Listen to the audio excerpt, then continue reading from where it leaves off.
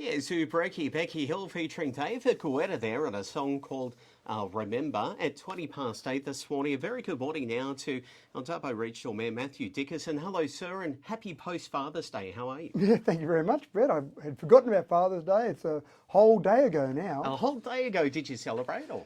Well, I actually went down to Wellington and there was an opening of a new stage of a classroom at Wellington Christian School. And then they had a whole whole carnival there. There was a great atmosphere there in the school grounds where they were doing some art and some sculptures and a whole range of things. So they asked me to do some poetry while I was down there, and I was lucky enough that two of my kids are home from university, and back in the old days when they were much younger, we used to do some poetry together. So I asked them for Father's Day as a special treat to come and do some poetry with me. So we did some poetry down there in Wellington for the assembled guests. So it was good fun. Yeah, that's nice. So tell us a bit about, about their situation down there. All good now? Well, it's stage one actually at Wellington Christian School of a refurb, some classroom refurb there, and there's still construction work going on. There was still a construction fence and more work going on, but obviously that was stage one. Dougal Saunders was there. They provided money. The state government provided money for stage one, so that was great to see that progressing. And Wellington Christian School, I've been out there before. It's a nice school. It's on kind of over the different part of Wellington, over this side of the river of Wellington, where most of the activities on the other side of the river.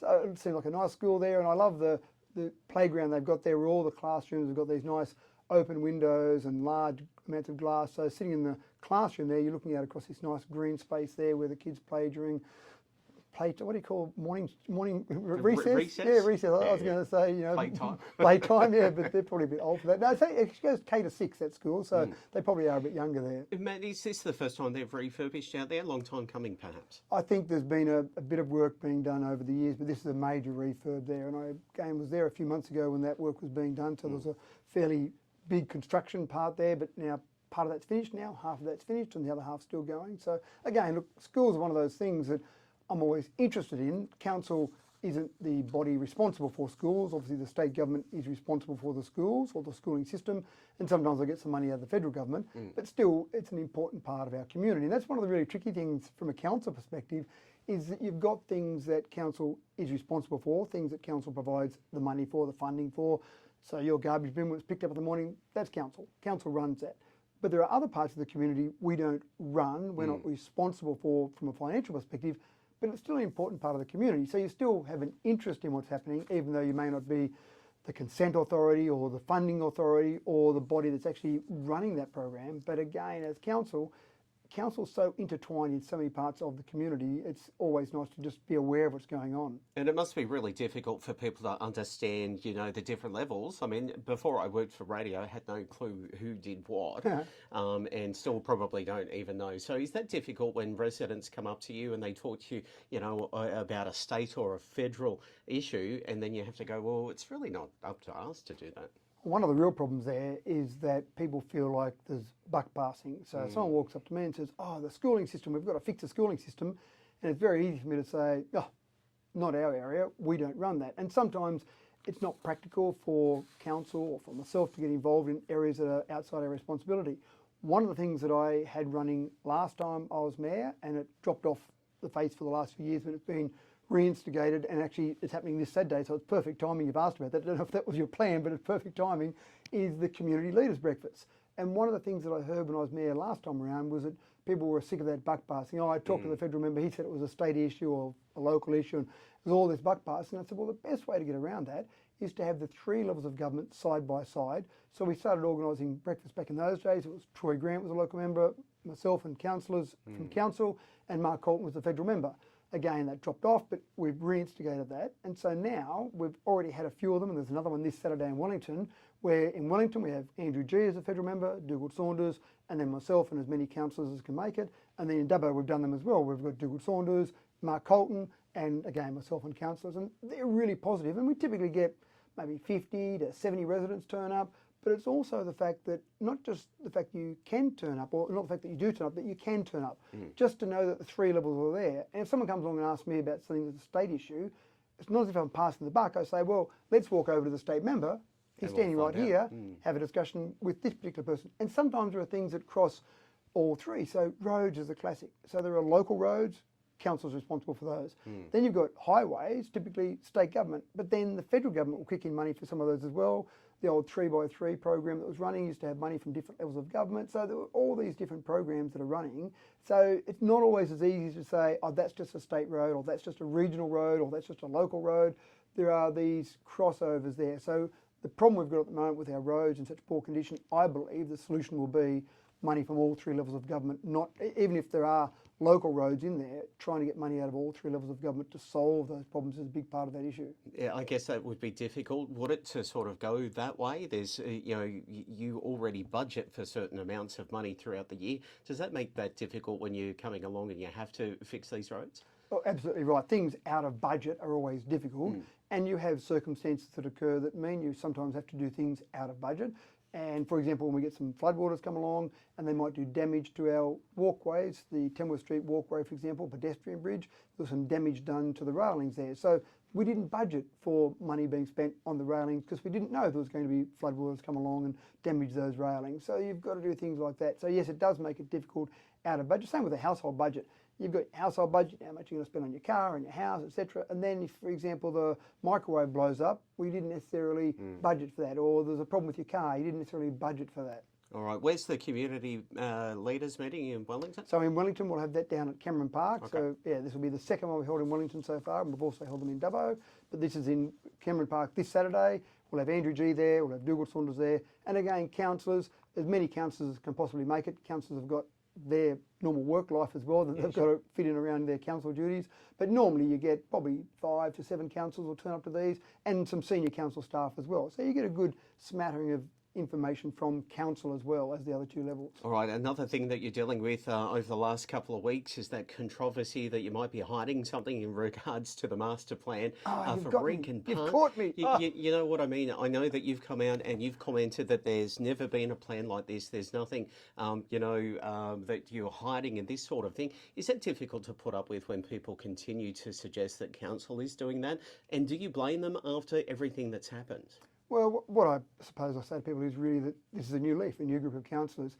And so it's not very nice when someone says you're hiding something, because that says that you're lying. People don't really like to be called a liar. People don't really like to say that you're corrupt, because if you're hiding something, then obviously you're hiding it for a reason, because you're doing something that isn't what should be done. Therefore, you're doing it for some maybe personal gain, some personal benefit. So when you start talking about corruption, when you start talking about people lying, they're never nice things to talk about a group of councillors. And keep in mind that it's the group that you're talking about here, because any council resolution, if I had some crazy deal and someone had paid me some ridiculous amount of money to be corrupt and all the rest of it, I've still got to get it through council. That means I've got to somehow convince 5 other councillors to get a vote through council, a majority vote through council. So then you're really saying that a majority of councillors, you've got to have 6 votes on council to get something. A majority of councillors are lying or are corrupt or are doing secret deals. Now, again, I understand from the last council the confidence level in council in general is very low, but all I'd say to the community is we've got a new group of councillors. There is no evidence to suggest that this group of councillors has done anything but be open, be transparent, has been honest, has been forthright with the community, and we're openly discussing things in the community. I'm sitting here talking to you at the moment, Brett. I talk to you on a regular basis, the same as I talk to other radio stations. So there's this openness and transparency there. Again, when there's some evidence against that, some evidence to show that things are being done wrong, sure, bring it forward. But the really interesting part is there's an old science saying that I remember from my university days, and it's the absence of evidence is not the evidence of absence. So you can show as many documents as you like, but unless you're showing the smoking gun, in other words, unless you show, yep, here's the document that says we're hiding something, we're corrupt, you can never produce enough evidence to show there is nothing to show, if you understand what I mean. Because we could produce 1,000 documents to show, look, there's nothing hidden here, but the 1,001st document will be the one. So you can always throw those accusations around, and people can, if they've got motives that aren't pure, Brett, which maybe some people in the community are not having pure motives. That's a good way to put it, Matt. Then you can say as much as you like, oh, there's obviously something there. Yeah. But until you bring forward some evidence of that, then I say to people, show me the evidence, show me the data. So that means community consultation has gotten underway, but this is a new community consultation for Regan Park and the entire corridor. That started, last week or over the weekend? Well, it started many months ago in that process, but we've got the North Precinct and the South Precinct, north of Sarisia Bridge, or as your pronunciation, the Jean-Amel Sarisia Bridge. Yes, thank you very much. Yes. And south of the LH Ford Bridge. And that consultation is open at the moment. We're taking feedback from the community. There are some spatial concept plans on the website right now. So I'd encourage people, go and have a look at those. Give us your feedback, because that's what consultation is all about, getting feedback from the community, getting all the ideas from the community. We're not going to make a final decision on that, Brett, till sometime next year. I'm not even sure when, maybe in the middle of next year. But there's a process to go through, and there's many steps in that process. All I'd say with people is, rather than keep throwing these various accusations without any evidence at council, then engage in the process. If you want to get an outcome, engage in the process. Matt, the news is ahead of us, but running out of time. But there's some words I can't pronounce here. So, preliminary meeting for Dubbo Regional Airport, concentrations of perfluoroalkyl and polyfluoroalkyl substances have been detected. What does that mean for those people that live near the airport and for those people that work at the airport? Yeah, so this is PFAS. Now, many people are familiar, they probably don't know what PFAS stands for, and you've done a good job there of saying exactly what the words are. Did I get it right? I think so, pretty close anyway. Okay. So PFAS is something that's been used in firefighting for a long time, and many people would be familiar with Williamtown, where the RAF base over there was a lot of the PFAS used in firefighting. It was obviously used in parts of Dubbo as well. People may be familiar with the fence on Ollie Robbins Oval. That's around an area where there used to be firefighting exercises there, and then we've detected some PFAS in the ground there. We've got it fenced off, because obviously we've got to work out what to do with that particular area there. We've also detected some. There's a project that's about to start out at the airport where there'll be a new facility built. In testing the ground to see whether there was asbestos there, we tested it for a whole range of things, found no asbestos, but found PFAS. That started the investigation. We've then gone further with that investigation, and so now we've looked at some areas there where PFAS it's usually in water, so it's looked at where it's basically gotten to from a water perspective. We got a report back last Thursday, might have been last Wednesday, but basically the middle of last week, we got a report back from the consultants to say, yes, there's a possibility there might be some PFAS in the water, for example, if you had a bore on a place nearby.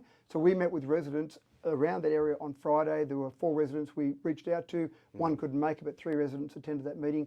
Basically what we said to them is, we'd like your permission to come on your property and do some further testing, and that's right at the moment. So at the moment, no risk for people working at the airport. Again, we're talking about in the water table, for example, or in wells or in dams, and we're doing that further testing. The information we sent out on Friday to residents was really just to give them an update, and we'll continue those tests, and then we'll keep continuing to update the community. So right now those people can continue to use their water as normal? Well, if they had a bore they were using, for example, we'd be saying, well, maybe think about not using that. The interesting part was we had a meeting on Friday which included New South Wales Health, included our consultants, and the problem is with PFAS, we know that it doesn't easily break down, but we don't really know definitively what the health impacts are. But from a precautionary perspective, if you're using that bore water to drink, then I'd say don't do that.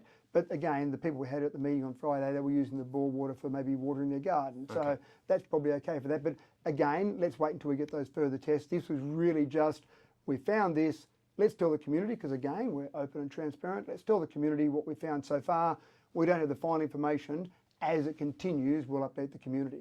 And what's the timetable expected to know the final outcome of all of this? Well, the residents were really good on Friday. They were quite happy for council to come along and do some tests, and I suppose, why wouldn't you be? But they were very good. They were very sensible about it all. We'll start those tests as soon as possible. I would expect it would take about 2 months before the tests are finished, and then we've got that report back, and then we'll meet with those residents again. And it was important from my perspective that we certainly met with those residents first before we then announced it publicly. So we met with them on Friday afternoon, and then late Friday evening, we sent that information out, which was the first available time really that we could inform the community about that. All right, Matt, nice to catch up with you. We'll talk in a